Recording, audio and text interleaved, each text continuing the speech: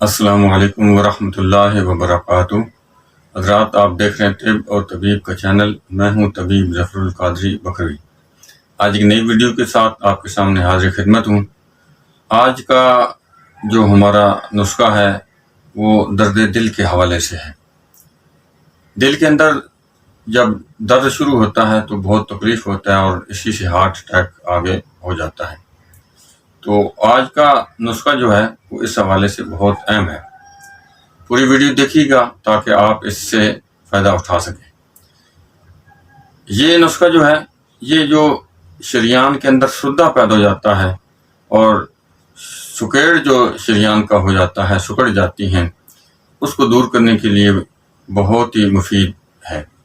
اسی طرح جو حرارت کم ہو جاتی ہے، سردی بڑھ جاتی ہے، جس سے سدے بننا شروع ہو جاتے ہیں، یہ مولد حرارت ہے یہ والا نسخہ۔ اس طرح جو نمونیا سردی کی وجہ سے ہو جاتا ہے، اس کے لیے بھی بہت بڑا مفید یہ نسخہ ہے۔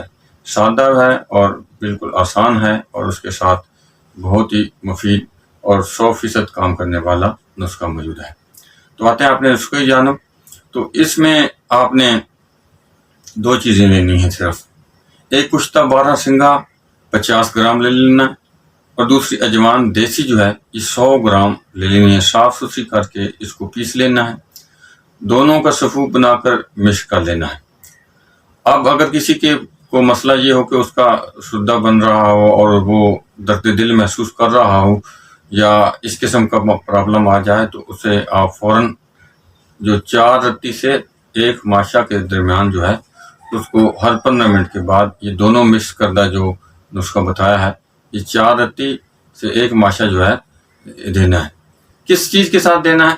جو ارک چہار ہے، یعنی چاروں ارکوں کو مکس کر کے آپ نے اس کے ساتھ یہ 4 رتی سے 1 ماشا یہ والا نسخہ دینا ہے۔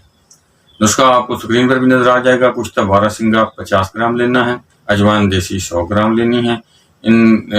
ان کا صفوف آپس میں مکس کر کے 4 رتی سے 1 ماشا ہر 15 منٹ کے بعد اس ارک چہار کے ساتھ دیں۔ انشاءاللہ تھوڑی ہی دیر کے بعد یہ درد دل ختم ہو جائے گا، اور پھر اس طرح جو آپ کے اندر حرارت کی کمی ہو گئی ہے وہ بھی ٹھیک ہو جائے گی۔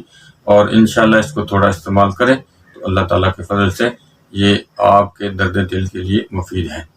تو یہ نسخہ استعمال کریں، دعاؤں سے نوازیں۔ ہمارے چینل کو آپ لائک بھی کریں، اس کو سبسکرائب بھی کریں، بیل آئیکن کو دبا دیں تاکہ ہماری ہر آنے والی نئی ویڈیو آپ تک پہنچ سکے۔ اللہ تعالیٰ ہم سب کا حامی و ناصر ہو۔